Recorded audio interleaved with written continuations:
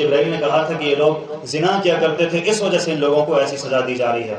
بسم اللہ الرحمن الرحیم۔ اس حدیث مبارکہ میں 4 ایسے گناہوں کا ذکر ہے کہ جب بندہ ان گناہوں کو کر رہا ہوتا ہے تو اس وقت وہ بندہ ایمان سے نہیں ہوتا، ایمان سے خارج ہوتا ہے۔ وہ 4 گناہ کون سے ہیں؟ رسول اللہ صلی اللہ علیہ وسلم نے فرمایا 4 گناہ ایسے ہیں جن کے کرتے وقت آدمی کا ایمان نکل جاتا ہے۔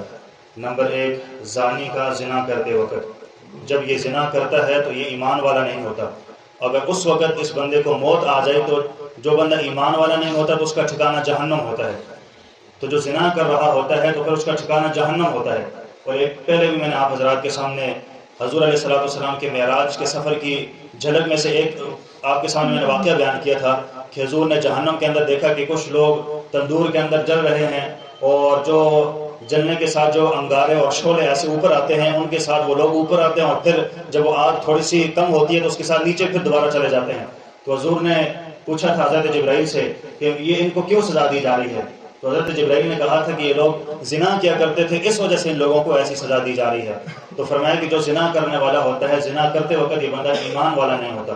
دوسرا فرمایا کہ شرابی کا شراب پیتے وقت جب تک شراب پی رہا ہے تو یہ بندہ ایمان والا نہیں ہوگا، موت آ گئی تو یہ بندہ غیر ایمان کے مرے گا اور جہنم پھر اس کا ٹھکانہ ہو سکتا ہے۔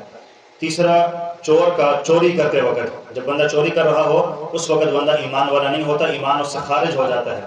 اور چوتھا بندہ قاتل کا ناحق قتل کرتے وقت کہ جو جس کو قتل کر رہا ہے اس کو ناحق قتل کر رہا ہے، یہ قاتل بھی اس وقت جو ہے نا وہ ایمان والا نہیں ہوتا، ایمان سے خارج ہوتا ہے۔ یہ 4 بہت بڑے نقصانات ہیں، بہت بڑے گناہ ہیں جس کا بڑا نقصان ہے۔ اس سے اپنے آپ کو بچا کے رکھنا ہے۔ سب سے پہلے زنا سے اپنے آپ کو بچا کے رکھنا ہے، اور دوسرا شراب سے اپنے آپ کو بچا کے رکھنا ہے، اور تیسرا چوری کرنے سے اپنے آپ کو بچا کے رکھنا ہے۔ چوری چاہے چھوٹی ہے یا بڑی ہے، ہر طریقے سے چوری سے اپنے آپ کو بچا کے رکھنا ہے۔